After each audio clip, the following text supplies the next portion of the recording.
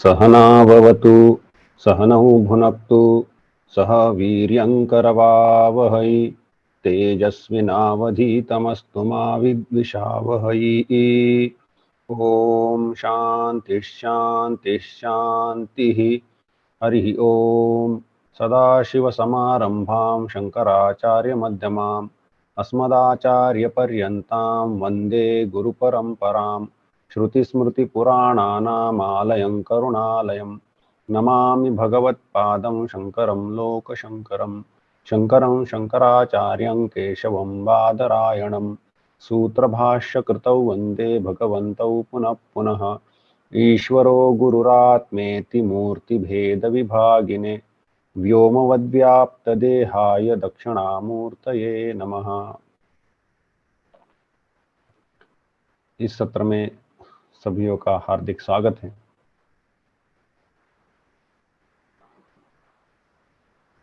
हमारे इस प्रतिपादन के क्रम में प्रारंभ में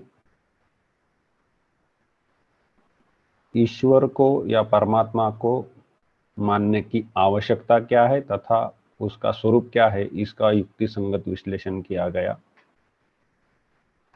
उसके बाद साधारण रूप से दर्शनों में इस विषय में क्या मान्यताएं है, इसका एक मानचित्र देखा गया। एवं उसके बाद हमने वेदांत की दृष्टि से वेदांत की जो मान्यता है कि ब्रह्म ही सत्य है, जगत मिथ्या है, और मिथ्या है तो क्या है और यह जगत कैसे सृष्टि होता है, तो इसको जगत सृष्टि प्रक्रिया को अध्यारोप शब्द से देख करके हमने अध्यारोप क्या है यह देखा। अध्यारोप समाप्त करके अपवाद करना है, अर्थात यह जगत की जो सृष्टि हुई है, जिस कारण हम अपना दिव्य स्वरूप भूल करके हम यह शरीर है ऐसा मानते हैं, उससे छुटकारा पाने के लिए जो प्रयास है वह सब अपवाद में आ जाते हैं। अध्यारोप और अपवाद, समस्या में फंसना और समस्या से बाहर निकलना। फंसना है अध्यारोप और निकलना है अपवाद। तो अपवाद में जो एक कोई भी व्यक्ति या जीव है उसने क्या करना है, तो वह अपवाद में सफल होगा, बाहर निकलने में सफल होगा। यह हमारा मुख्य संदर्भ है आलोचन का। उस प्रधान संदर्भ में हमने यह देखने का प्रयास किया है कि वेदांत का जो अधिकारी होता है, अर्थात वेदांत के इस मोक्ष के लिए जो योग्य होना है, उस योग्यता को संपादन करने के लिए कुछ गुणों की आवश्यकता होती है, और वो गुण कैसे आते इसका कोई विशिष्ट क्रम से प्रतिपादन है। इस प्रतिपादन में हम यह चले हैं, देखते हैं कि सर्वप्रथम शास्त्राध्ययन होना चाहिए। शास्त्राध्ययन करे तो हमें अध्यात्म मार्ग का या मोक्ष मार्ग का या धर्म मार्ग का जो मानचित्र है वह स्पष्ट हो जाता है। मानचित्र स्पष्ट हो तो चलना सुगम हो जाता है, अन्यथा दिशा भटक जाते हैं। तो इसमें देखते समय हमने शास्त्रों का अध्ययन करना है, तो शास्त्र कौन से है और क्या है इसका थोड़ा सा विस्तार कर लिया। उसके अंदर हमने शास्त्रों की जो साधारण रूप से जो गति है, पाप न होने वाले कर्म न करे और पुण्यजनक कर्म करे, यह साधारण रूप से हमें दिखाई देता है। लेकिन इसमें वेदांत मार्ग की क्या विशेषता है, यह अभी पिछले सत्र से विषय चल रहा है। वेदांत मार्ग की विशेषता क्या है, यह हम जो कर्म करते हैं उनको किस प्रकार से करने से मुक्ति का मार्ग प्रशस्त होगा, यह विषय हमारा चल रहा है। उसमें हमने यह देखा कि कर्मों का विभाग थोड़ा सा देखा कि काम्य कर्म है, निषिद्ध कर्म है, नित्य कर्म है, नैमित्तिक कर्म है इत्यादि। तो पिछले सत्र में यह विषय गया कि काम्य कर्म जो होते हैं उनको भी, वो जो वर्णाश्रम से प्राप्त काम्य कर्म है, उनको यदि संकल्प बदल दे और करे तो वह चित्त शुद्धि के या मोक्ष मार्ग को प्रशस्त करने के कारण बनते हैं। इसकी आलोचना हमने की। इसके अंत में हम यहाँ तक पहुंचे थे कि इसमें यदि शास्त्रों को अध्ययन का एक विशिष्ट प्रकार होता है, तो वो प्रकार यदि अवलंबन नहीं करते हैं और शास्त्राध्ययन में लग जाते हैं, तो कुछ समस्याएं उपस्थित हो जाती है।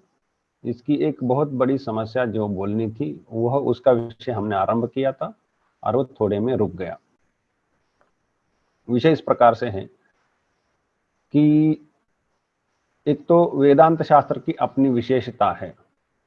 ये दोनों विशेषताएं थोड़ी सी ध्यान में लेते हैं, पिछले सत्र में हुई संक्षेप से एक बार अवलोकन कर लेते हैं।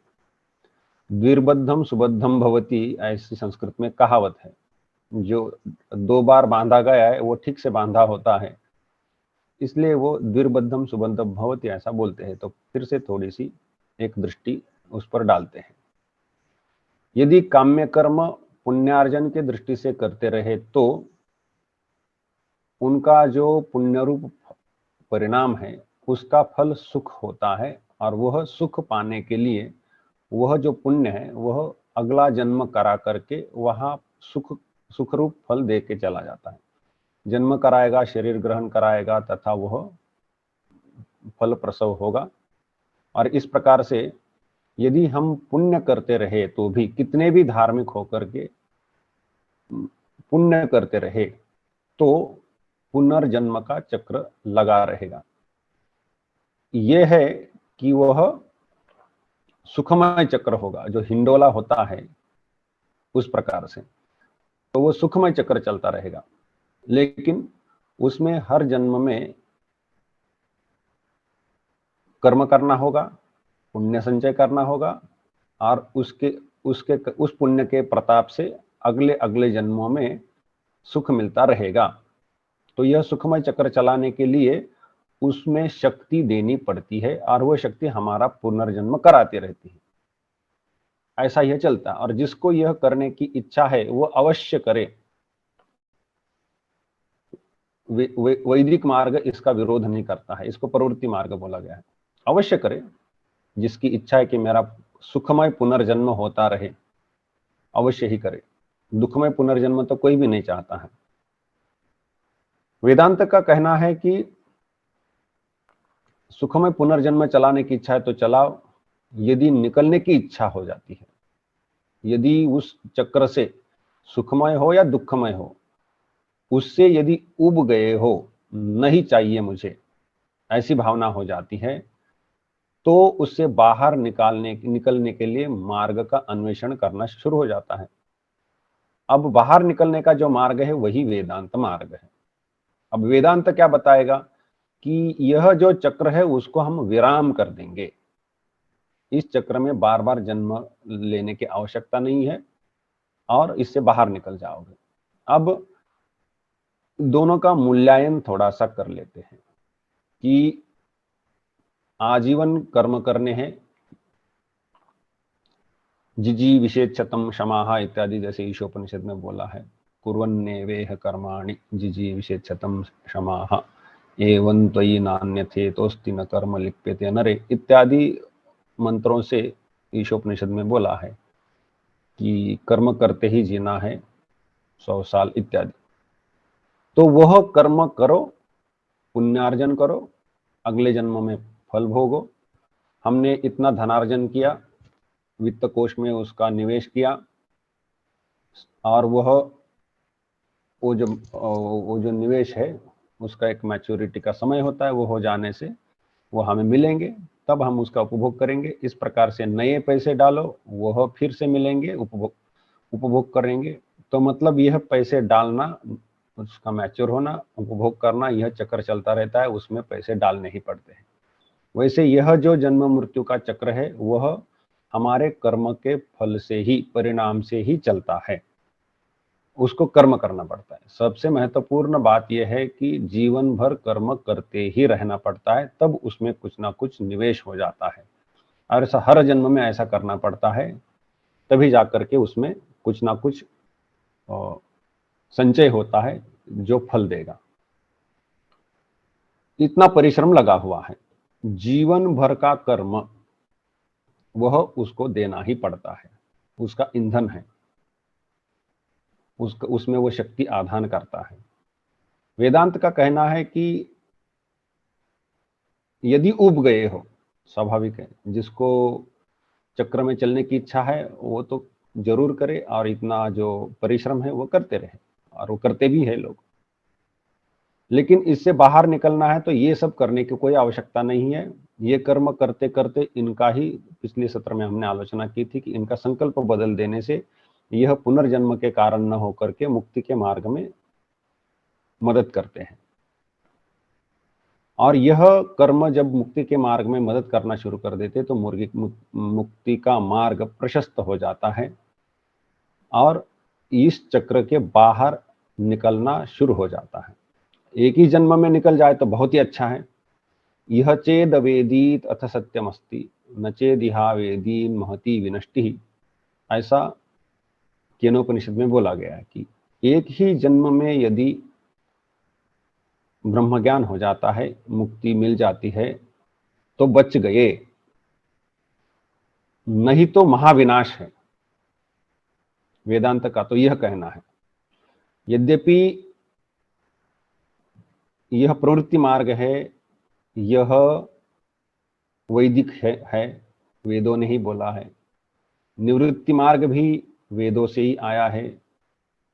शंकराचार्य गीता के उपोद्घात के भाष्य में कहते हैं कि द्विविधो ही वेदोक्तो धर्मः प्रवृत्ति लक्षणः निवृत्ति लक्षणश्च। वेदोक्त मार्ग दो प्रकार का है, प्रवृत्ति एवं निवृत्ति। तो वेदोक्त है, इससे हमें यह पता चलता है कि ये दोनों वेद से ही बोले गए हैं। वेद को दोनों मार्ग मान्य है और दोनों की अपनी अपनी विशेषताएं है, और ये विशेषताएं क्या है ये हम देख रहे हैं। दोनों में क्या अंतर आ रहा है और किसको महत्व दे और किसको न दे, ये हम उसके बारे में सोच रहे हैं। मार्ग तो दोनों खुले रखे हैं। यदि किसी को जन्म मृत्यु चक्र चलाना है तो वह वेदोक्त मार्ग है, और वह है ही, उसका निराकरण नहीं किया गया है। हाँ, उसके जो परिणाम है वो कैसा जटिल है, इसके कारण अवश्य ही उसके बारे में कटाक्ष किए गए हैं। गीता में भी मिलते, अन्य अन्य स्थानों पर भी मिलते हैं कि अरे क्या है ये, तो दूरेन ह्यवरं कर्म बुद्धि योगा धनंजय इत्यादि। तो बुद्धौ शरणम अन्विच्छ कृपणाः फल हेतवः, इनको कृपण बोला गया है। यह कर्म अत्यंत निचले स्तर का है जो फल की कामना से किया जाता है। ऐसे कई सारे वचनों से हमें गीता में भी मिल जाता है, उपनिषदों में भी इस मार्ग को बोला गया है। और उसकी एक शब्द में कहे तो निंदा मिलती है। कटाक्ष करना मतलब निंदा। अरे ठीक है, मार्ग तो है लेकिन ये ऐसे समस्याओं से भरा हुआ है, यह भाव हमें दिखाई देता है। वेदांत मार्ग की विशेषता यह है कि चक्र को विराम कर दिया, अगले जन्म आपको नहीं होने हैं, तो मतलब इतने सभी जन्मों में जाकर के वहां कर्म करे, फिर उसमें पुण्य संचय करे, और पुण्य संचय के प्रभाव से उसका अगला जन्म होगा, फिर उसका फलोपभोग होगा, और यह चक्र चलता ही रहेगा, चलता ही रहेगा। इतना परिश्रम करने आखिर किस लिए? सुख के लिए ही। यदि सुख के लिए ही करते हो तो कितना सुख मिलता है इससे? तो ये उपनिषद में एक स्थान पर वो आनंद मीमांसा या आनंदवल्ली आती है, तो उसमें है कि एक पृथ्वी संपूर्ण वित्त से भरी हुई है, पैसों से भरी है, सुख सामग्री से भरी हुई है, और जो उपभोग करने वाला है वह उसका शरीर उस उपभोगों के लिए सुदृढ़ है, तो उसको जो आनंद मिलेगा उसको एक मानुष आनंद बोला गया है। समानुष आनंद। ऐसे मनुष्यों का, एक मनुष्य का जो आनंद है मानुष आनंद, यह एक यूनिट उन्होंने बनाया हुआ है।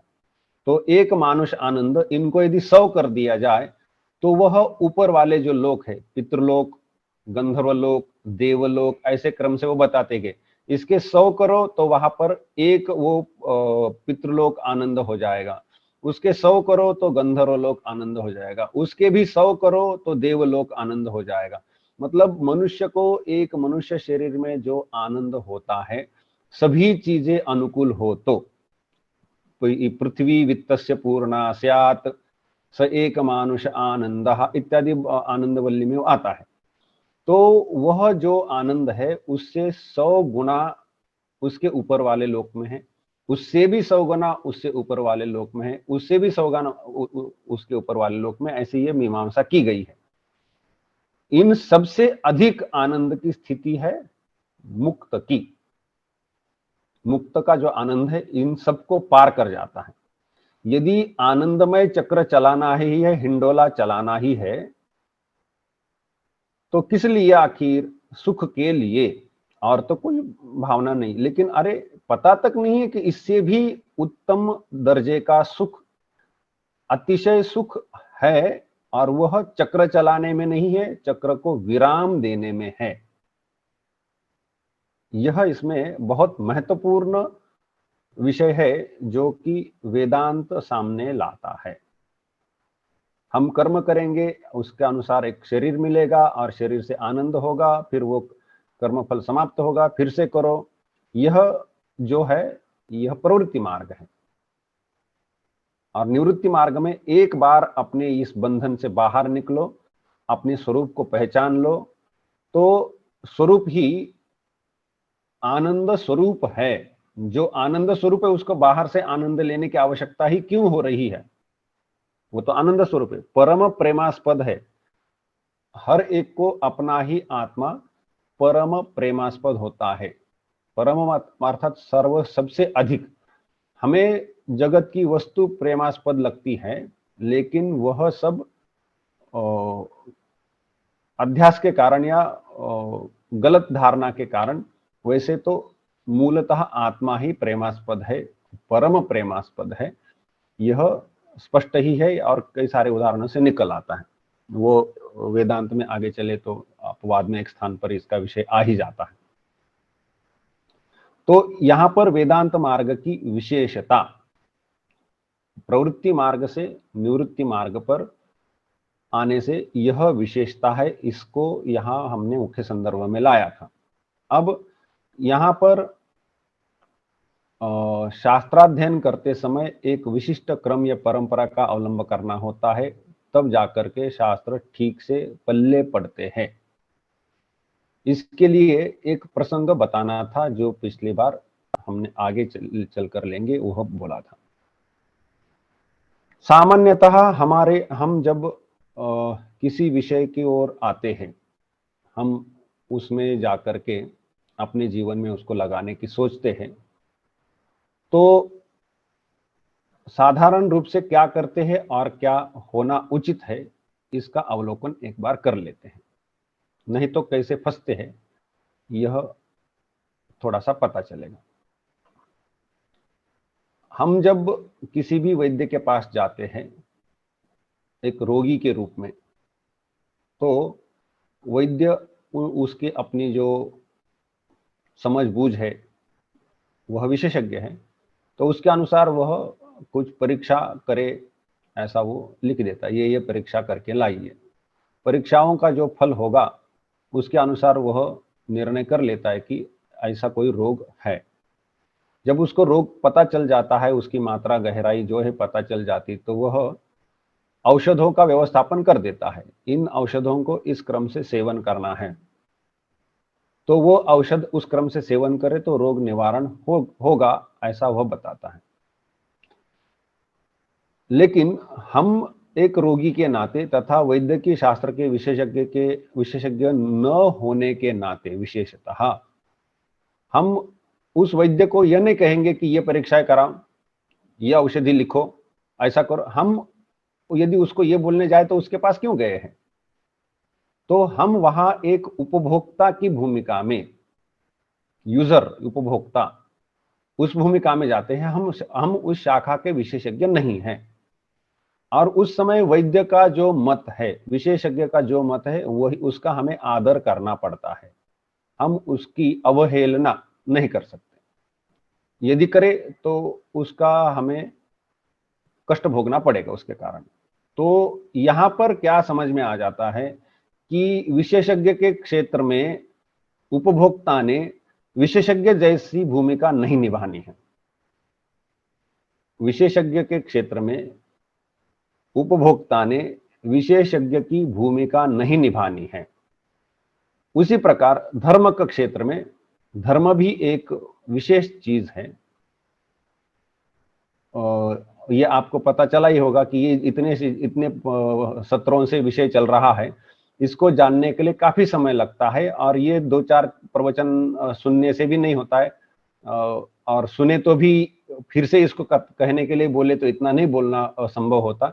इसके लिए कई वर्षों का अध्ययन, चिंतन उसमें होता है, तभी जाकर के उस क्षेत्र का कोई विशेषज्ञ होता है। धर्म का इतना विशाल क्षेत्र है, इसमें हमने वो थोड़ा सा न्याय, व्याकरण, वेदांत तो 2-3 विषय पढ़ के रखे, और कितने सारे विषय हैं जो कि बाकी छूट गए हैं। तो हम हमारे क्षेत्र के विशेषज्ञ हो तो उसमें हम मंतव्य कर सकते हैं अधिकार रूप से कि इसमें ये ऐसा नहीं, वैसा ऐसा नहीं होना था, वैसा नहीं होता, इस वाक्य का ऐसा अर्थ नहीं करना चाहिए था, वैसा होना है, जो कुछ है, और उसको व्यवहार हम करेंगे। लेकिन हम धर्म में जब आते हैं तो विशेषज्ञ की भूमिका से आते हैं या उपभोक्ता की भूमिका से आते हैं?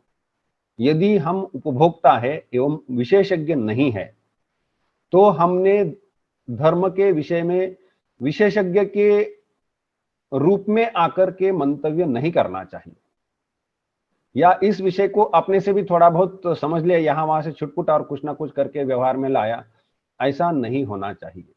हम जैसे रोग निवारण के लिए एक विशेषज्ञ वैद्य के पास जाते हैं और उनके उपदेश के अनुसार औषध व्यवस्थापन के अनुसार औषध सेवन करते हैं, बिल्कुल उसी प्रकार धर्म के क्षेत्र में हमें जो धर्म के विशेषज्ञ होते हैं उनके पास जाकर के यह जानना चाहिए, मानना चाहिए।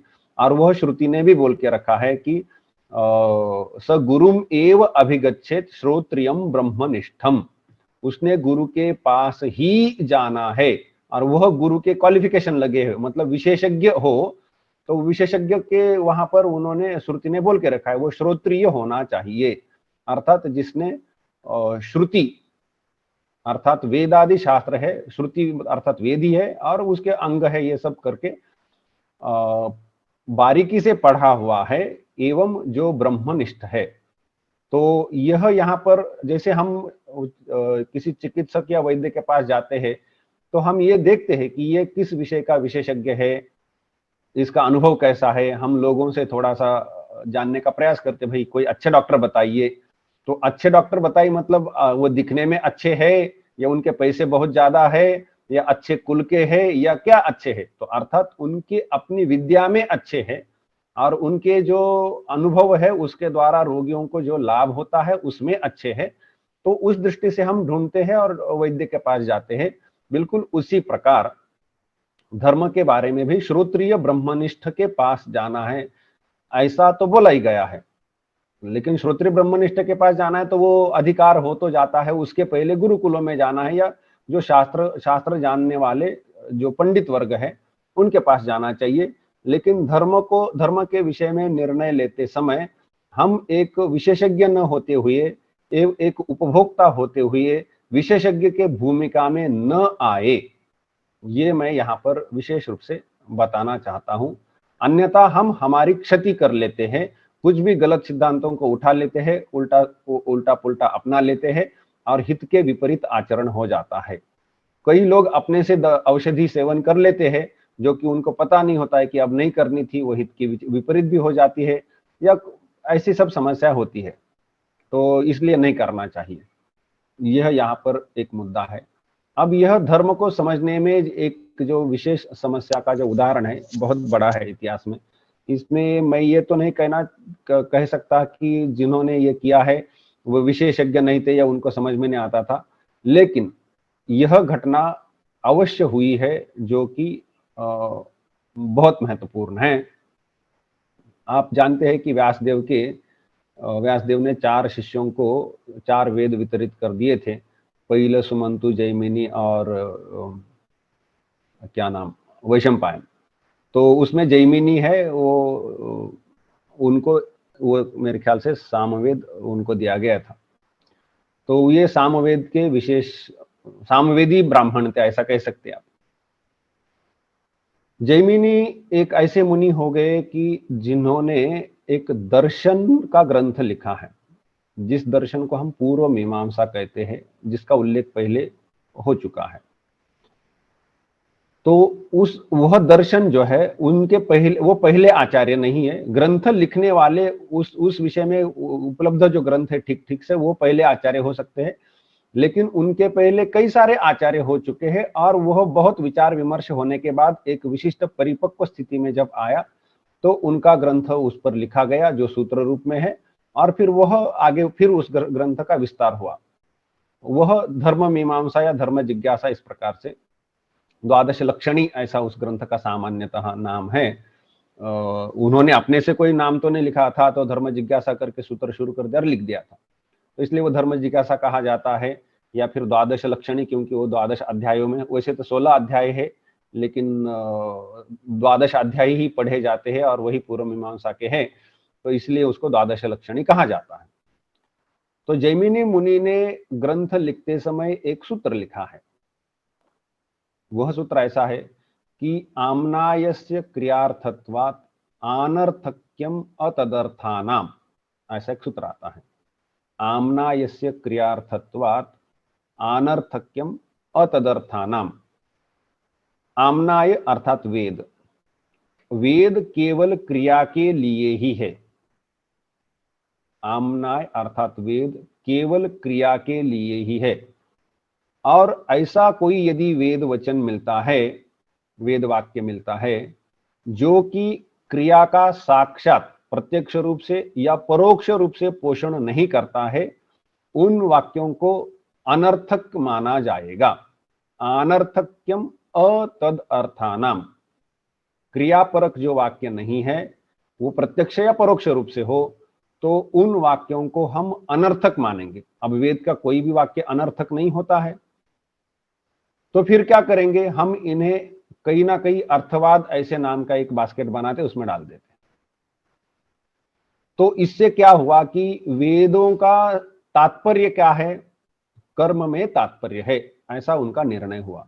वेद कर्म बताने के लिए ही आए हैं, यह निर्णय हुआ। यह निर्णय होने से वेद का सभी जो अर्थ है वह क्रिया करने में लगाना है। क्रिया क्या है, यज्ञ याग आदि। हमारे जो जो आचार है, जो यज्ञ याग आदि जो कुछ अनुष्ठान है, यह सब उसमें आ गए। तो ये ऐसी क्रिया करने में ही वेद का तात्पर्य है, और इसीलिए वेद का समग्र जो मार्ग है, जो प्रवाह है, वह कर्म में ले गए। अब यह कर्म में ले जाने से वह पुस्तक लिख करके रुक जाते तो कोई बात नहीं, लेकिन पूर्व मीमांसा का दर्शन संपूर्ण भारत में, जिनको हम वैदिक समाज कहेंगे, तब तो हिंदू तो शब्द ही नहीं था, सनातन मतावलंबी जो है, सनातन मतावलंबियों में भी सनातन शब्द अब जिस अर्थ से लगाया जाता है, जिस तात्पर्य से लगाया जाता है, जैमिनी को ले तो वो सनातन शब्द लगाना भी कुछ पैमाने पर कठिन हो जाता है। तो इसलिए हम वैदिक मार्ग वाले, या तब के समय में आस्तिक भी कहा जाता था, जो वेद को मान के चलते वो आस्तिक है।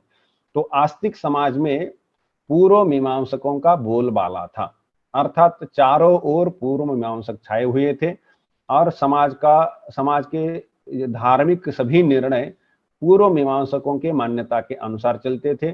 और इसी कारण पूरी समाज व्यवस्था, उसके अंदर धर्माचरण, उसके संस्कार आदि सब कुछ इन्होंने व्यवस्थापित किए थे।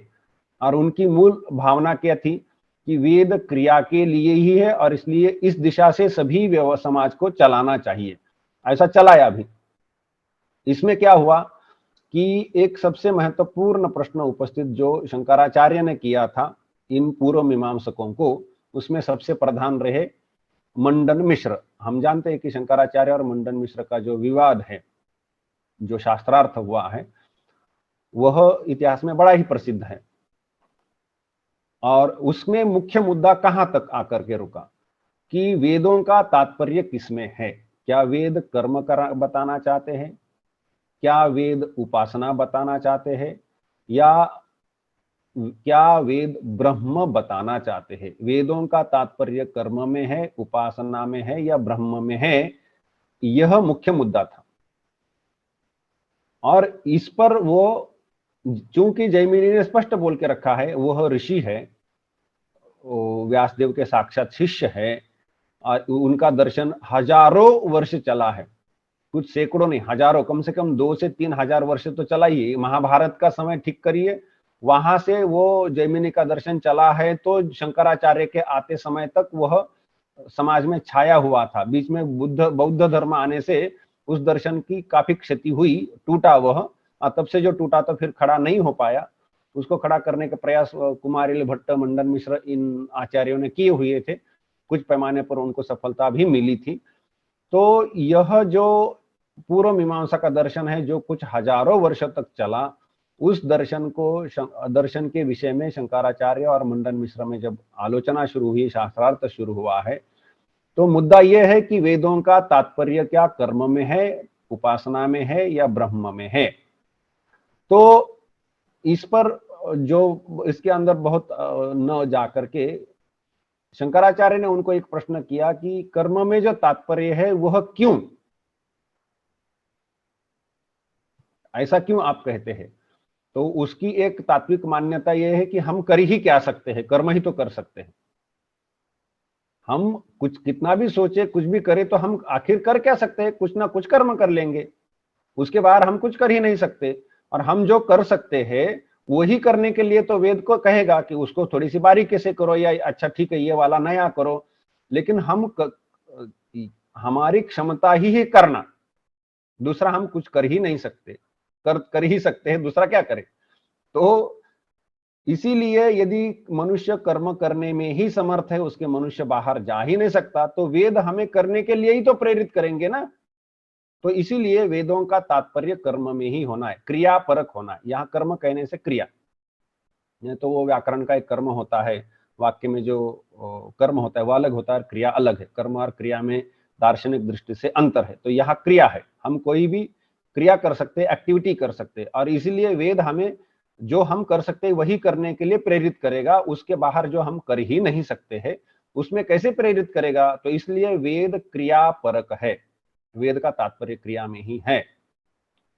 यह उनकी भूमिका रही, दार्शनिक आधार यह था, और ये अकाट्य है वैसे देखा जाए तो। फिर इसको घुमाना है, तो प्रश्न यह उपस्थित हुआ कि ठीक है, वेद कर्म करने के लिए अर्थात क्रिया करने के लिए बोलता है, और ये ऐसे वचन भी दिखाई देते हैं, लेकिन यह प्रश्न पूछना आवश्यक है कि वेद क्रिया करने के लिए क्यों बोल रहा है। क्या काम, कुछ काम नहीं है, चलो लोगों को कुछ काम में लगा देते इसलिए करते रहो ये क्रियाएं, क्या ऐसा है क्या। तो किस उद्देश्य से कर्म करने के लिए या क्रिया करने के लिए प्रेरित करता है वेद। तो उसका उत्तर क्या है, उसका उत्तर यही है कि वेदों ने कुछ कर्मों को करने के लिए बोला अर्थात विधि है, और कुछ कर्मों को न करने के लिए बोला है निषेध है। तो विधि और निषेध की तो तालिका लगी हुई है। अच्छा ये बताओ कि इन कर्मों को विधि में क्यों डाला है और इनमें निषेध में क्यों डाला है। तो ये विहित कर्म इसलिए करने हैं कि इससे पुण्य संचय या अपूर्व का लाभ होगा, और वह आगे चल करके इस लोक में हमें कुछ इष्ट फल देता है और अगले जन्मों में भी इष्ट फल देगा। और यह इष्ट प्राप्ति के लिए यह विहित कर्म करने हैं, और अनिष्ट जो है दुख उसका परिहार करना है, इसलिए ये उपाय बताए गए हैं। और आगे चल करके हमें अनिष्ट फल जो दुख है वह नहीं होना चाहिए, इसीलिए ये निषिद्ध कर्म आप जो है वो मत करिए, यह वेदों का कहना है। अच्छा, तो यहां से एक पता चला कि सुख की प्राप्ति के लिए एवं दुख के निवारण के लिए यह विधि निषेध की तालिका बनी हुई है। और इसका मतलब वेद का तात्पर्य केवल क्रिया करने में न होकर के यह विशिष्ट क्रियाएं करने में है, और यह विशिष्ट क्रियाएं न करने में भी है। और यह विशिष्ट क्रियाएं करने में इसीलिए है कि आपको आगे चल करके सुख होना है, इष्ट की प्राप्ति होनी है। तो वेद का प्रधान लक्ष्य तो सुख की ओर है, न कि क्रिया की ओर। तो हाँ, ये तो मानना ही पड़ेगा कि सुख की ओर है। यदि क्रिया की ओर ही होता तो निषिद्ध भी करे और विहित भी करे, दोनों करे ना। तो विहित इसलिए बोले गए कि इससे सुख होगा। बहुत अच्छी बात है। तो मतलब वेदों का जो तात्पर्य है वह केवल क्रिया की ओर न होकर के सुख की ओर था, इसलिए वो क्रिया की ओर आए हुए। क्रिया करने से पुण्य होगा और पुण्य से आगे चल करके आपको सुख होगा, ये कहना है वेदों को। अच्छा, तो यह जो एक विवाद का मुद्दा है वो आगे ढकेला गया थोड़ा सा। अच्छा ठीक है, ये थोड़ा सा आगे गया, तो ये बताइए कि ये जो सुख है इसमें भी मात्रा है, वेदों में स्पष्ट दिखाई देता है कि ये जैसे ये जो आनंद मीमांसा जो बोली गई है कि एक मानुष आनंद, एक ये पितृलोक आनंद, एक गंधर्व आनंद, देव आनंद इत्यादि जो है, तो आनंद की मात्रा है। और हमें भी हमारे व्यवहार से दिखाई देता है कि एक थोड़ा सा मीठा आम खाए तो थोड़ा थोड़ा सुख होता है, उससे और मीठा हो तो और सुख होता है, बहुत मीठा खाए तो बहुत आनंद होता है, और बहुत मीठे बहुत खाए तो और आनंद होता है। तो आनंद की मात्रा होती है, और यदि आनंद की या सुख की मात्रा होती है तो यह वेद का तात्पर्य क्या कम आनंद में है या अधिक आनंद में है? तो यह स्वाभाविक रूप से स्वीकार करना पड़ेगा कि अधिक आनंद में ही है। अच्छा, वेद की दृष्टि में, वेद पूर्व मीमांसकों की दृष्टि में वेद में सर्वश्रेष्ठ आनंद क्या बोला है, यह अगला प्रश्न उपस्थित होता है। तो सबसे श्रेष्ठ आनंद है स्वर्ग सुख, यह पूर्व मीमांसकों को कहना है। पूर्व मीमांसक कहते हैं कि स्वर्ग ही सबसे श्रेष्ठ है, ऐसा वेद कहते हैं। यह पूर्व मीमांसकों ने तय करके रखा है। तो स्वर्ग क्यों सबसे श्रेष्ठ है? इसलिए कि उसमें जो उत्कट आनंद है, उतना उत्कट आनंद अन्य अन्य लोकों में या अन्य परिस्थिति में होता नहीं, इसीलिए उसमें आनंद की जो मात्रा है सर्वाधिक है, ऐसा पूर्व मीमांसकों का कहना है। तो इस पर फिर अब क्या है कि वाद जो शास्त्रार्थ है आगे बढ़ा। शंकराचार्य ने यह प्रश्न किया कि अच्छा ठीक है, स्वर्ग का आनंद सबसे श्रेष्ठ है ऐसा आप कहते हैं, इसमें श्रुति के वचन प्रमाण में कुछ है क्या? तो हाँ, श्रुति के वचन प्रमाण के रूप में है। तो यह वचन है, इसके अनुसार स्वर्ग का आनंद जो अतिशयी है। ठीक है, तो शंकराचार्य ने उनके सामने कुछ और वचन दिखाए कि भाई यहाँ पर तो ये स्वर्ग के आनंद से भी अधिक आनंद की बात बोली गई है, इसकी क्या आपने गति लगाई? तो उसमें यह प्रश्न हुआ कि यह जो, हाँ, इन वाक्यों में स्वर्ग से भी आनंद, अधिक आनंद होने का उल्लेख है, लेकिन वह तो किसी क्रिया से उत्पन्न नहीं हो रहा ना। हम तो कर सकते हैं क्रिया, क्रिया करें तो हम उस आनंद को पा लेंगे, लेकिन यह जो आप अन्य अन्य आनंद की बात कर रहे हैं जो कि स्वर्ग से भी अधिक है, लेकिन वो किसी क्रिया के द्वारा उत्पन्न नहीं हो रहा है, उसका उल्लेख जरूर है। तो शंकराचार्य बोले वो क्रिया से होने वाला आनंद है या बिना क्रिया के होता है, बात ये नहीं है। बात ये है कि आनंद का यदि उल्लेख है तो उस आनंद को पाने का कोई ना कोई तो मार्ग वेद ने बोला होगा, और यदि उस मार्ग के अवलंब से वह वो क्रिया के द्वारा हो या क्रिया छोड़कर हो, यदि वो आनंद उपलब्ध होता है तो स्वर्ग से अधिक आनंद अवश्य ही मिलेगा। तो इससे क्या हुआ कि किस वचन का महत्व सबसे अधिक होना चाहिए? क्या क्रिया क्रिया बोलने वाले वचनों का महत्व अधिक होना चाहिए, या अधिक आनंद वाले वचनों का महत्व अधिक होना चाहिए? सबसे ये तो अभी तो स्पष्ट पता चल रहा है कि सुख की मात्रा बोलने वाले वचनों का प्राधान्य हो गया। सुख को बोलने वाले वचनों में भी जो सर्वातिशयी सुख है उसका सबसे अधिक महत्व हो जाएगा, ये तो स्वतः सिद्ध हो जाता है। तो ऐसे वचन निकालिए जिसमें सबसे अधिक आनंद बोला गया है। वो निकालने से यह पता चलता है कि स्वर्ग के आनंद से भी अधिक आनंद के वचन दिखाई देते हैं। तो फिर इस पर जरा जरा ध्यान देना चाहिए। अब यह मिलेगा कि नहीं, यह मिलने के लिए क्रिया करे तो मिले, ये इसकी कोई आवश्यकता नहीं, उसके अन्यथा भी कोई साधन बताए गए होंगे। और इस प्रकार से शंकराचार्य ने इनके स्वर्ग को एक प्रकार से क्या करे, उसका विनाश कर दिया, धक्का लगा दिया। तो यह पूरी जो पूर्व मीमांसकों की व्यवस्था उपस्थित हुई थी, खड़ी हुई थी, कुछ हजारों वर्ष तक समाज इसी को मान करके चल रहा था कि स्वर्ग ही सबसे श्रेष्ठ है और उसी के लिए हमें सभी कर्म करने हैं। हमें यह दिखाई देता है कि भगवान राम वो अश्वमेध याग किए थे, महाभारत में भी दिखाई देता है। ये सभी याग मोक्ष मार्ग के नहीं थे, ये सभी स्वर्ग के लिए किए गए थे, स्वर्ग की कामना से किए गए थे। ये दर्शपूर्ण इत्यादि जो कुछ याग किए होते थे, इत्यादि बड़े बड़े कुछ महीनों तक, कुछ वर्षों तक चलने वाले यागादि कर्म हैं, इनमें से कोई भी मोक्ष की दिशा में नहीं था, सभी स्वर्ग के दिशा में थे। और इसलिए हमें दिखता है कि हिंदू लोग जब देहांत हो जाता है तो दिवंगतः, ऐसा हम बोलते हैं, दिवंगत हुए। दिवंगत हुए मतलब क्या हुआ, तो यहां पर जो दिवम है, दिवम दिवम गतः, तो ये दिवम क्या है, दिव है स्वर्ग, और वह चला गया। दिवंगत हुए मतलब स्वर्ग में चला गया, ऐसा है। अभी दिवंगत मतलब मृत्यु हो गया, ऐसा हम अर्थ मानते हैं, लेकिन उसका शब्दशः जो अर्थ है, जिस भावना से वो लगा था, वो था स्वर्गवासी हुए। और मरने के बाद जैसे अंग्रेजी में लिखते लेट, LATE, लेट लिखते हैं, वैसे वैदिक समाज, आस्तिक समाज क्या लिखता था, स्वर्गवासी। तो ये स्वर्गवासी मतलब ये अभी स्वर्ग में वास करने के लिए निकल गए हैं। तो ये जो है स्वर्गवासी, किस भावना से लिखा जाता था, स्वर्ग ही सबसे श्रेष्ठ है और यह मृत्यु के बाद वहां चले गए, ऐसी एक भावना उसमें करके यह लिखा जाता था। अब हमें धीरे धीरे ऐसा भी दिखाई देता है कि कैलाशवासी, वैकुंठवासी इत्यादि, तो यह भी अंतर आगे चल करके आया है। तो वह अध्यात्म मार्ग के या निवृत्ति मार्ग के कारण आया है। तो यह जो स्वर्गवासी, दिवंगता इत्यादि जो है, वह पूर्व मीमांसकों के प्रभाव से आया।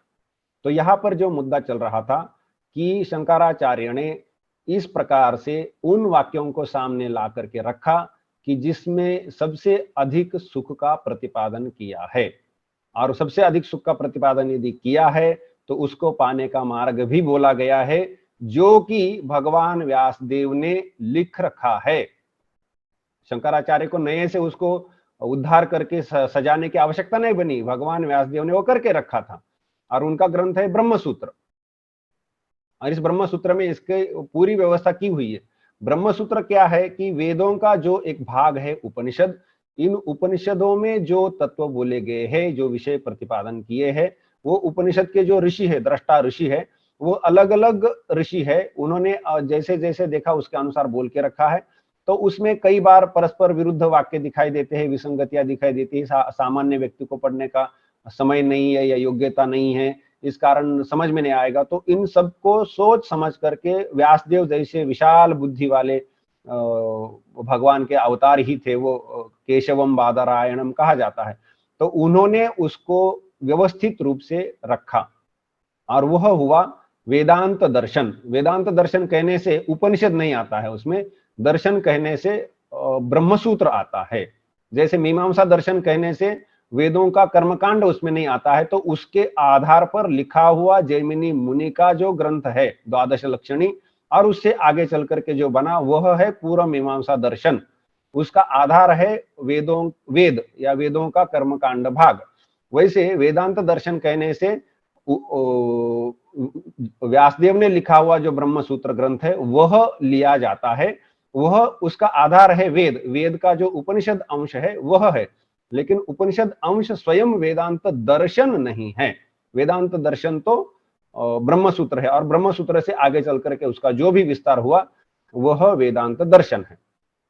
तो यह जो है सर्वाधिक सुख प्रतिपादक वाक्यों को प्रधानता देकर के उस सुख के प्राप्ति के मार्ग का विस्तृत वर्णन करना, उसकी जो साधक बाधक युक्तियां है उनको सामने ला करके खड़ा करना और उनका निर्णय करना, यह सब यह वेदांत दर्शन में किया गया है। और इस आधार पर शंकराचार्य ने ये जो पूर्व मीमांसक थे इनका खंडन किया। इनका जो मत था कि स्वर्ग ही जाना सबसे श्रेष्ठ फल है, यह इस प्रकार से खंडित किया गया है। यह मूल रूप से जैमिनी, ये मंडन मिश्र और शंकराचार्य के विवाद का यह मूल मुद्दा रहा। इसमें आखिर जाकर के मंडन मिश्र ने बोला कि देखिए, मैंने यह विषय इसलिए बोला है कि हमारे आचार्यों ने ग्रंथ में लिख के रखा है, आप भी देखिए, आप भी जानकार है। ये ऐसा तो जैमिनी जो कि एक ऋषि है उन्होंने लिखा है, तो मैं भी क्या कर सकता हूं। तो वहां पर शंकराचार्य के जो जीवनीकार है उन्होंने ऐसा लिखा है कि उस प्रसंग में शंकराचार्य ने माना कि हाँ, जैमिनी मुनि ने यह लिखा, ये ठीक ही है, फिर भी यह ठीक बैठता नहीं, तो हम ऐसा करते जैमिनी मुनि का आह्वान करते हैं। तो उन्होंने जैमिनी मुनि का आह्वान किया, जैमिनी मुनि उपस्थित हुए, उनका पूछा गया कि लिखा तो आपने ही है, तो क्या सचमुच आप यही कहना चाहते हैं कि स्वर्ग ही सबसे श्रेष्ठ है, और ये जो व्यासदेव ने जो दर्शन लिखा है जो कि इसको भी पार करके जा रहा है, इसका निर्णय कैसा करे।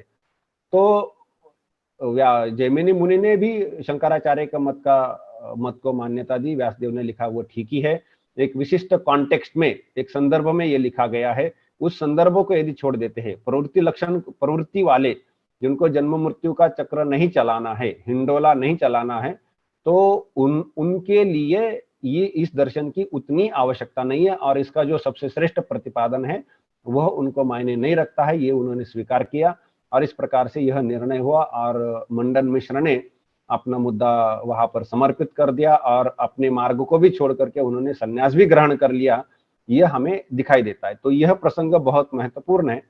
तो यह घटना इसलिए बताई, इसके विस्तार में इसलिए गए कि शास्त्राध्ययन यदि ठीक क्रम से नहीं किया जाता है, उसका तात्पर्य क्या है, यह यदि हम समझते नहीं हैं तो हम बहुत बड़ा नुकसान कर लेते हैं अपना। यह जो क्षति है, यह जैसे कि क्या हुआ कि व्यासदेव ने जो दर्शन लिखा, भगवान श्री कृष्ण ने गीता में जो उपदेश दिया, वो उन विषयों को दरकिनार कर दिया गया था, वह समाज के मुख्य धारा में नहीं थे। कब तक मुख्य धारा में नहीं थे? शंकराचार्य के आने तक मुख्य धारा में नहीं थे।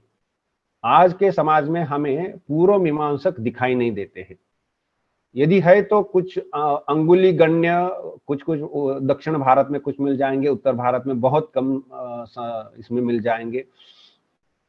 तो यह जो स्थिति है कि यह पूर्व मीमांसकों ने अपने सिद्धांत को समाज पर थोपने के कारण, सीधी यही बात करनी चाहिए, उनके हट के कारण या उनके नासमझी के कारण समाज पर थोप करके यह जो अध्यात्म मार्ग है उसको दबा दिया और सबको स्वर्ग के लिए ही प्रेरित किया। केवल स्वयं ही उन्होंने ये प्रयास किया ऐसी बात नहीं, तो पूरे समाज को उस दिशा में ढकेला। तो यह वाली जो एक प्रकार की क्षति है, जिनको यह हिंडोला चलाना नहीं था, उनको तक प्रवृत्ति मार्ग में, यहां तक विवाद है कि सन्यासी ने और जो मुक्त पुरुष है उसने भी कर्म करने चाहिए, वो यहां तक चढ़ते हैं। इतने जबरदस्त थे वो, इतना उनका प्रभाव था। तो मैं इसलिए थोड़ा आक्रोश के साथ ये कहना चाहूंगा कि ये पूर्व मीमांसकों ने जो वर्चस्व बना के रखा था, उनका जो मत है वो इतने प्रभावी रूप से समाज में चलाया था, आखिर तो किसी ना किसी दिन तो उसको धक्का लगाई और उसका विनाश ही कर दिया शंकराचार्य ने आकर के एक प्रकार के। तो वो जो है, यह इतनी बड़ी दिशा भटकना संभव होता है। हम स्वयं एक जन यदि प्रभावित हो तो मैं मेरे जीवन का कम अधिक कर सकता हूं, मैं दिशा भटका हो सकता हूं, लेकिन जब मैं एक दार्शनिक बनता हूं और मैं एक समाज की दिशा निर्धारण करता हूं, तो इतने बड़े समाज को मैं जबरन अपने दर्शन में खींच करके किसी ऐसे दिशा में ले जा सकता हूं कि जिसके कारण ये सब ऐसा एक प्रकार का विनाश तो नहीं हुआ, लेकिन अध्यात्म मार्ग को दाबा जाए। विनाश तब होगा कि पाप करने में लगा दिया, लेकिन जन्म मृत्यु के चक्र में डालते रहे, वैदिक कर्मों में निष्ठा बनाते गए, वो ठीक है, लेकिन अध्यात्म मार्ग का उन्होंने इस प्रकार से निर्णय करके रखा था कि यदि किसी को संन्यास लेना है तो वो दो प्रकार से अनुमति देते थे संन्यास के लिए, जो कि चतुर्थ आश्रम है, अर्थात ब्रह्मचर्य, गृहस्थ, वानप्रस्थ और संन्यास चतुर्थ आश्रम है। एकदम वृद्ध आयु हो गई है जब, तब जाकर के ले लो, या फिर जो अंध है, लूला है, ऐसे जिनको शारीरिक विकृतियां हैं, उन्होंने संन्यास लेना है, उन्होंने विवाह नहीं करना है। उन्होंने विवाह इसलिए नहीं करना है कि उनकी शारीरिक विकृतियां है, वो उनके बच्चों में आ सकती है और बच्चों का भी नुकसान हो सकता है, इसलिए उन्हें विवाह का कोई अधिकार नहीं है। तो वो सामाजिक जो प्रकृति है, समाज की जो प्रकृति, उसको ठीक ठाक रखने के लिए उन्होंने ये निर्णय लिया हुआ था। तो ये दो प्रकार से संन्यास की बात वो होने देते थे, बाकी विशेष रूप से संन्यास किसको लेने नहीं देंगे। अब संन्यास प्रधान धारा बन गई है भारत में या आस्तिकों में, और पूर्व मीमांसक उदाहरण के लिए केवल मिलते हैं, बहुत अत्यल्प परिवार है, वैसे पूर्व मीमांसक नहीं दिखते। लेकिन समाज अभी भी उत्तर मीमांसा या वेदांत और पूर्व मीमांसा इनकी नासमझ के कारण कुछ ना कुछ करता रहता है। हम पूर्व मीमांसक है या उत्तर मीमांसक है, वेदांती है, यह भी समाज को अस्पष्ट होने के कारण, समाज के पास इतना स्पष्ट रूप से ज्ञान न पहुंचने के कारण समाज एक प्रकार से उलझा हुआ है। यह स्थिति है और यह नुकसान है। कहने का मुद्दा यह है कि यदि हम शास्त्र को देखते समय विशेषज्ञ के रूप से नहीं देखते हैं तो यह खामियाजा भुगतना पड़ता है, यह हमें क्षति होती है। यह अत्यंत महत्वपूर्ण मुद्दा है और इसीलिए धर्म को या अध्यात्म को इतने लाइटली नहीं लेना चाहिए। कोई भी उठे कुछ भी बोल दे और हम उनको उसको सुने और चले, या हम भी विशेषज्ञ के क्षेत्र में उपभोक्ता होकर के आकर के विशेषज्ञ के रवैये से चले, यह ठीक नहीं होता है। उसके लिए अपना स्वयं का और हो सकता है समाज का भी बहुत बड़ा नुकसान होता है। और इसीलिए विशेषज्ञ के क्षेत्र को विशेषज्ञ को करने दीजिए, दूसरे ने उसमें उपभोक्ता की भूमिका लेनी है। अब यह प्रसंग इसलिए बताया गया है कि वेदांत मार्ग की विशेषता क्या है, यह भी इसके द्वारा स्पष्ट हुई। जो हम देखते हैं कि कर्म करने का जो एक पूर्व मीमांसकों का एक प्रकार है, उसके विरुद्ध में जाकर के या उसी को लेकर के उसकी दिशा बदल देने से वेदांत किस प्रकार से विशेषता लाता है, यह शंकराचार्य और मंडन मिश्र के विवाद से या पूर्व मीमांसक और वेदांत के अंदर जो मुख्य रूप से शास्त्रार्थ होता है उसमें यह स्पष्ट हो जाता है। हमें ये केवल उदाहरण नहीं था, तो इससे हमें एक स्पष्टता हो गई कि अच्छा, ये दोनों में यह भेद है और इस मुद्दे के कारण यह विशेष रूप से विवाद हुआ है और विशेषता भी पता चल गई। उदाहरण से हमें विशेषता भी पता चलती है और इसलिए उदाहरण यहां हमने लेना चाहा। तो यह है वेदांत मार्ग की विशेषता। और हम जिस रास्ते से आलोचना का चक्र आगे बढ़ाए थे कि विधिवत अधीत वेद वेदांगत्वेन, ऐसा वेदांत सार के एक जगह पर उल्लेख आता है कि किसी को यदि वेदांत के लिए योग्य बनना है, मुक्ति के लिए योग्य बनना है, वेदांत के जो गुरुजी होते हैं, गुरुजन होते हैं, श्रोत्रिय ब्रह्मनिष्ठ, उनके पास जाने के पूर्व में जो तैयारी करनी है, जो सिद्धता करनी है, उस सिद्धता के लिए सर्वप्रथम शास्त्राध्ययन करें। शास्त्राध्ययन कैसे करना है? विधिवत करना है। तो वो विधिवत शास्त्र अधीत वेद वेदांग सांग वेदाध्ययन करना है। और विधिवत ठीक क्रम से करने का कारण यही है कि यह फंसने की संभावना होती है। यह समस्या उसमें है ही, फंसने की संभावना रहती है और इसीलिए विधिवत अधीत वेद वेदांगत्व ने यह बोला है। और यह किस प्रकार से शास्त्राध्ययन, शास्त्र क्या है, उनके अध्ययन करते समय किन मुद्दों को ध्यान में रखना होता है और इसमें इतिहास में कैसे फंसे हुए, उससे कैसे बाहर निकले हैं, इसका भी हमने थोड़ा सा अवलोकन कर लिया। तो यह शास्त्राध्ययन का मुद्दा यहाँ पर सामान्य रूप से समाप्त कर देते हैं। अगला मुद्दा लिया जाएगा योग्यता में कि वो उसमें कर्म को कैसे करना है, चित्त की शुद्धि करनी, एकाग्रता करनी, अन्य जो साधन है उसमें हम आगे जाकर के निकल जाएंगे। आज के लिए ये विषय यही समाप्त करते हैं। इसमें कोई प्रश्न हो तो ले लेते हैं। जी स्वामी जी। जी, एक तो यह प्रश्न है कि ऐसी भ्रांति है कि अगर निवृत्ति मार्ग पे जाना है, तो जैसे मंडन मिश्र ने भी पहले गृहस्थ आश्रम में थे, जब शंकराचार्य से शास्त्रार्थ हारे फिर वो संन्यास आश्रम में गए। तो अगर निवृत्ति मार्ग में जाना है तो मतलब संन्यास लेना ही पड़ेगा? नहीं। और एक तो ये भ्रांति है, क्या ये सच है और कितनी इसमें सच है? दूसरा, ये अगर ऐसा है या फिर गृहस्थ मार्ग से भी अगर मुक्ति जो अपन ने पिछले सत्र में देखा था कि संकल्प बदल करके भी काम हो सकता है, तो अगर हो सकता है क्रिया से भी मुक्ति की तरफ, तो फिर संन्यास की भी क्या आवश्यकता है? हमने संन्यास शब्द का अर्थ इसके पहले भी देखा था। धवल का प्रश्न यह है कि संन्यास की आवश्यकता ही क्या है, उसके बिना गृहस्थ आश्रम में रह करके भी मोक्ष मार्ग का अवलंबन, मोक्ष मार्ग की ओर नहीं बढ़ सकते क्या? इसमें संक्षेप से इस प्रकार से समझने से सुविधा होगी कि हमें यदि भोपाल से चल करके दिल्ली जाना है तो भोपाल छोड़ना ही होगा। भोपाल में रह करके दिल्ली नहीं जा सकते। दिल्ली जाना है तो भोपाल छोड़ो, तो बहुत दिल्ली जाने का छोड़ दो। लेकिन जब भोपाल छोड़ रहे हैं और आगे बढ़ रहे हैं तो जो जो छोड़ना है वह जिस क्रम से आता है उस क्रम से वो आएगा भी और छोड़ते जाना है। हम भोपाल में बैठ करके भोपाल से निकलते समय एकदम दिल्ली के पहले कौन सा एक नगर आएगा, वो सभी आज ही नहीं छोड़ सकते ना। जब हम भोपाल से निकलते हैं और उसके पहले एक नगर बताओ जो कि कौन सा लगता है सबसे पास में, मथुरा लेते हैं। ट्रेन से गए तो मथुरा। तो दिल्ली, यहां से भोपाल से अभी निकले हैं और जाना है दिल्ली और अंतिम नगर है मथुरा मान लो, तो भोपाल से निकलते समय भोपाल से लेकर मथुरा तक तो नहीं छोड़ सकते हम। तो छोड़ने की जो मात्रा है, कितना छोड़ना है, तो हमें जो सामने आया है वह आएगा लगेगा उसको पार करके छोड़ना है। तो सन्यास ऐसी स्थिति है कि एकदम मथुरा छोड़ना है, अब इसके बाद दिल्ली लगेगी, तब सन्यास है। तो इसीलिए सन्यास का अपना एक स्तर है, तब वह लेना चाहिए। उसके पहले तो जो अगले अगले जो सोपान है उनको पार करते चले। तो हर एक मनुष्य का अपना अपना एक आध्यात्मिक स्तर होता है।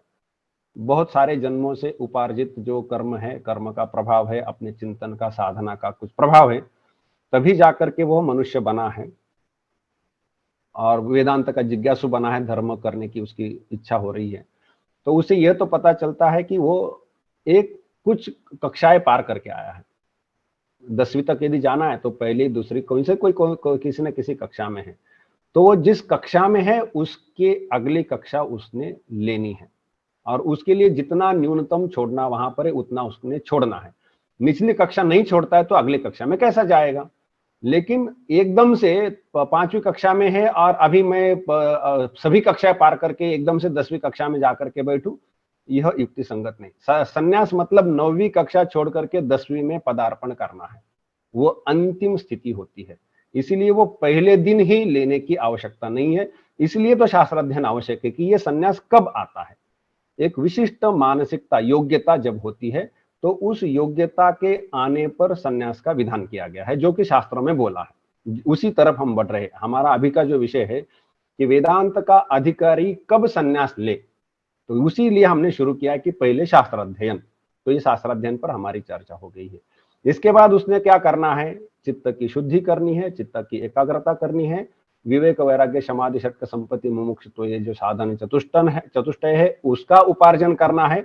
और इसकी एक विशिष्ट मात्रा जब आती है उसको संपत्ति कहा गया है। एक विशिष्ट मात्रा में जब ये आते हैं तो उसका परिणाम दिखाई देता है अपने में। वो परिणाम है उसके मुक्ति के लिए व्याकुल होना। वो व्याकुलता की एक मात्रा शास्त्र ने बताई है। तो उतनी व्याकुलता जब होती है तब सन्यास लेना है, उसके पहले नहीं बोला है। तो सन्यास का विधान एक प्रक्रिया में विशिष्ट स्तर में जाकर के है, पहले दिन नहीं है। और जब वह ये निचले स्तर की जो साधना है वो करते करते जब उसकी ये मुक्ति की भावना बड़ी प्रबल होती है तो वो सन्यास लेना उसको बड़ा स्वाभाविक हो जाता है, न ले तो कठिनाई हो जाती है। तो खींचातानी ऐसा उसमें विषय नहीं आता है। तो ये बात है। पहला प्रश्न था कि बिना सन्यास के निवृत्ति मार्ग पर चलना मुक्ति नहीं हो सकती। सन्यास मतलब छोड़ना है। क्या छोड़ना है आपको? सन्यास मतलब छोड़ना है। क्या छोड़ना है? ऐसे कर्म छोड़ने हैं, ऐसी भावनाएं छोड़नी है जिससे कि पुनर्जन्म का चक्र चलता रहे। ऐसे कर्म और ऐसी भावना छोड़नी है जिससे कि पुनर्जन्म का चक्र चलता रहे। तो सन्यास लेना पड़ेगा कि नहीं पड़ेगा? मतलब गृहस्थ में मुझे ये बताओ, सन्यास लेना आवश्यक है कि नहीं है? हाँ या ना? पुनर्जन्म का चक्र चलाने के लिए कारण होने वाली भावनाएं, विचार तथा कर्मानुष्ठान, यह छोड़ना अनिवार्य होगा कि नहीं होगा? क्योंकि मुक्ति का मार्ग ही तो पुनर्जन्म को विराम देना है। और यदि पुनर्जन्म को चलाने वाले कर्म करने में अभी भी प्रवृत्ति है, भावना है, तो हित के विपरीत होता जा रहा है। तो यह छोड़ना ही संन्यास है। ठीक, अब यह यदि है तो और एक है कि पुनर्जन्म को छोड़ना है, इसका मतलब यह भी होता है कि अगले जन्म में जाकर के वहां एक शरीर प्राप्त करके उस शरीर रूपी उपाधि के द्वारा जो उपभोग है वह मुझे नहीं भोगने हैं, यह भावना है उसमें। तो अभी जो शरीर रूपी उपाधि है उसके द्वारा भी मुझे भोग भोगने की भावना नहीं होनी चाहिए। यदि मुझे इस शरीर में भी भोग भोगने की भावना है, प्रबल इच्छा है, जो कि विवाहादि की बात हो रही यहां पर, तो वह अगले जन्म में भी होगी जी। तो छोड़ने का जो मनोभाव है वो यहां भर पे लगना चाहिए ना, इस जन्म में भी लगना चाहिए।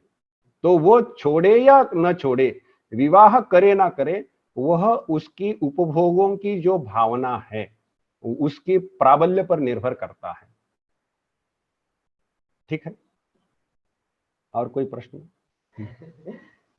वेद व्यास जी ने ब्रह्मसूत्र लिखे और उनके ही शिष्य जैमिनी ने पूर्व मीमांसा करके और ब्रह्मसूत्र के पूरे विपरीत और विरोध में पूरा दर्शन खड़ा किया, तो वह उनके ही शिष्य थे, तो वो क्यों उनके उस पे ना जाते हुए दूसरे मार्ग पे, मतलब प्रवृत्ति मार्ग तो है, द्विविधो ही वेदोक्त धर्म।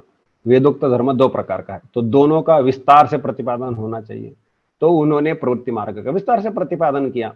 आप लोगों को नहीं समझ में आया वो क्या करेंगे बेचारे, है ना। उन्होंने प्रवृत्ति मार्ग का बड़े बखूबी से प्रतिपादन किया हुआ है, तो उनको क्यों दोष देना है। हाँ, उन्होंने जो बोला कि यह वह समस्या होती कि आमनाय से क्रियार्थत्वात् अनर्थक्यम अतदर्थानाम, ये उन्होंने बड़ा हठ लगाया उसके अंदर। वो यदि कहते कि भाई उधर से स्पष्ट करते कि दो प्रकार का वैदिक धर्म है, प्रवृत्ति मार्ग और निवृत्ति मार्ग। जिनको प्रवृत्ति मार्ग पर चलना है उन्होंने धर्म जिज्ञासा करनी है। तो उसमें जैसे हम ब्रह्मसूत्र के समय अथा तो ब्रह्म जिज्ञासा, अथ अतः, इन शब्दों का अर्थ करते समय सामान्य रूप से तात्पर्य निकाला जाता है कि जीव का स्वरूप दिव्य है, लेकिन अविद्या के कारण वह अपने को शरीर मन इत्यादि मानता है और इसलिए कर्म करते वो बंधन में फंसता है और जन्म मृत्यु के चक्र में घूमता रहता है। और ये जो जन्म मृत्यु के चक्र में घूमना है यह बंधन है उसका, और ये जो बंध है वह मिथ्या है, आरोप से आया हुआ है, और इससे छुटकारा पाया जा सकता है और इसलिए मोक्ष का प्रयास करके पार करना है। और ये मोक्ष पाना है तो हमें ब्रह्म ज्ञान से ही वो होता है, इसीलिए ब्रह्म जिज्ञासा। तो अथ अतः इसमें यह भाव बैठा हुआ है कि जीव दिव्य है, गलती से अपने को वो शरीर मान बैठा है, जन्म मृत्यु के चक्र में घूम रहा है, वही उसका बंधन है और उससे बाहर निकलने की भावना है, और अर्थात मुक्ति की कामना हो रही है। तो मुक्ति ब्रह्म ज्ञान से होती है, इसलिए अतः ब्रह्म जिज्ञासा। यह अथ अतः ये दो शब्दों में निहित है। तो जैमिनी ने भी लिखा है कि अथा तो धर्म जिज्ञासा। अब ये अथ अतः जो है इसका अर्थ उनके आचार्य ने बाद में क्या निकाला वो उन पर निर्भर करता है। उन्होंने यदि बोला हो कि स्वर्ग में जाना या ये वाले जो सोपाधिक सुख इसको कहना है, मतलब शरीर धारण करके यह लोक या परलोक हो, किसी भी लोक में हो, शरीर धारण करके जो उपभोग करने हैं उनको सोपाधिक सुख बोला जाएगा। तो ये जो सोपाधिक सुख है वह कर्म के द्वारा मिलते रहते, इसलिए हमने ये कर्म करते ही रहने हैं। और ये नहीं तो तुम दुखमय शरीर पा करके उधर दुख भोगोगे। तो उनका यदि अतः ऐसा गया है कि यदि तुम वैदिक मार्ग का अवलंबन नहीं करते हो तो दुखमय चक्र में दुखमय हिंडोला घूमते रहोगे, तो उससे अच्छा है कि सुखमय हिंडोले में घूमते रहो। तो इसीलिए हम धर्म का प्रतिपादन करते हैं। तो वहां प्रवृत्ति मार्ग और निवृत्ति मार्ग तो सामने लाया नहीं गया, केवल प्रवृत्ति मार्ग ही सामने लाया गया है।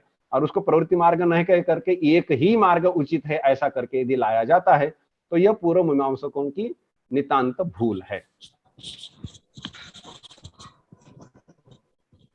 जी स्वामी जी। जी जी जी मैं बोल रहा था कि सन्यास के लिए जब शास्त्र अध्ययन के बाद ही कोई सन्यास का अधिकारी होता है? नहीं ना, सन्यास ऐसी एक स्थिति है, वो ये हमारा विषय जब आगे बढ़ेगा तो उसमें ऐसा आएगा। अभी हम अधिकारी की बात कर रहे हैं कि उसमें ये जो कुछ कुछ साधना बताई गई है जो कि सन्यास के पहले करनी है, वो साधनाएं करते करते करते मन में एक ऐसी भावना उत्पन्न होगी कि मुझे मुक्ति पानी ही है, और यह प्रबल भावना होती। इस भावना की प्रबलता कैसे जांची जाती है? तो शास्त्र ने बोला है कि जैसे किसी के सर पर आग लगी हो, तो जब आग लगी तो आग को बुझाने के लिए वो पागल जैसे कहाँ पानी है, क्या व्यवस्था, ये ढूंढते घूमेगा। वो ये नहीं देखेगा कि इधर मेरे कोई सगे संबंधी मुझे बुला रहे हैं, या मोबाइल आया है, या फोन आया है, वो कुछ नहीं देखने वाला। तो अर्थात आसपास के सभी जो अन्य अन्य कर्म है वो छोड़ करके एकमात्र चीज के पीछे भागेगा कि मुझे अभी ये आग बुझाने का उपाय चाहिए, नहीं तो मैं जल जाऊंगा। उसी प्रकार से यह जो जन्म मृत्यु का जो चक्र है वह मेरे पीछे ऐसा जबरदस्त लगा हुआ है, और मैं इसमें बहुत फंसा हूं। यदि इससे नहीं निकलता हूं तो मेरा प्राण संशय है। यह भावना जब प्रबल हो जाती है तो मुझे इससे बचना ही है, और मुझे अब इस बाहर कोई भी किसी भी कर्म में कोई रुचि नहीं है। मुझे इसके बाहर निकलने के लिए अभी उपाय करना है, मैं दूसरा कुछ नहीं करूंगा। ये भावना जब प्रबल होती है, ऐसी एक प्रबल आकार में धारणा कर आ जाती है, तब जाकर के संन्यास लेना है। जब तक वो उतनी प्रबल भावना नहीं आती है, तब तक वो भावना प्रबल होने के लिए जो अन्य अन्य उपाय बताए गए वो करते रहने चाहिए। उसके लिए और एक उदाहरण दिया जाता है कि एक शिष्य ने गुरु को पूछा कि मुझे भगवत दर्शन कब होगा। तो गुरु उसको नदी किनारे ले गए और उसको वो नदी में जाकर के पानी में डुबो के रखा थोड़ी देर के लिए, और फिर छोड़ा। बोले क्या लग रहा था? बोले कि अरे मुझे तो ऐसा लग रहा था कि ये हवा के लिए इतना व्याकुल हो गया था कि प्राण निकल जाए। तो गुरुजी बोले कि देखो, जब भगवान के लिए इस प्रकार से व्याकुलता होगी, यदि भगवान का दर्शन न हो तो मेरे प्राण ही निकल जाए, तब भगवान का दर्शन होगा। यह हमें दिखाई देता है रामकृष्ण परमहंस जी के जीवन में। वो काली माता की पूजा करते करते उनको पहले दिन तो नहीं हुआ ना, किसी दिन हुआ आगे चल करके उनके मन में ये भावना हुई कि ये तो पत्थर की मूर्ति में उसकी पूजा किए जा रहा हूँ, लेकिन शास्त्रों में तो काली का वर्णन ऐसा है वैसा है, तो मुझे तो वो दिखती नहीं है, मैं केवल तो पूजा ही करते जा रहा हूँ। यदि काली का दर्शन मुझे नहीं होता है तो मुझे यह शरीर रखने की कोई इच्छा नहीं है, मैं इस शरीर का अभी विनाश कर देता हूँ। तो इसलिए उन्होंने काली माँ के हाथ से वो खड्ग उठाया और अपनी गर्दन काटने वाले थे कि काली माँ ने उनको दर्शन दिया। तो उनमें एक व्याकुलता आई। अभी वो पहले दिन तो नहीं आई है, वो करते करते एक समय आई है, और जब आई है तो वह करना ही बड़ा स्वाभाविक लगता है उस व्यक्ति को। उससे अलग करे तो अटपटा लगता है, उससे अलग करे तो प्राण निकल जाए। ये स्थिति होती है, तब जाकर के सन्यास की बात आती है। तो कोई प्रश्न नहीं है तो यही विराम करते हैं। ओम शांति शांति शांति। हरि ओम तत्सत।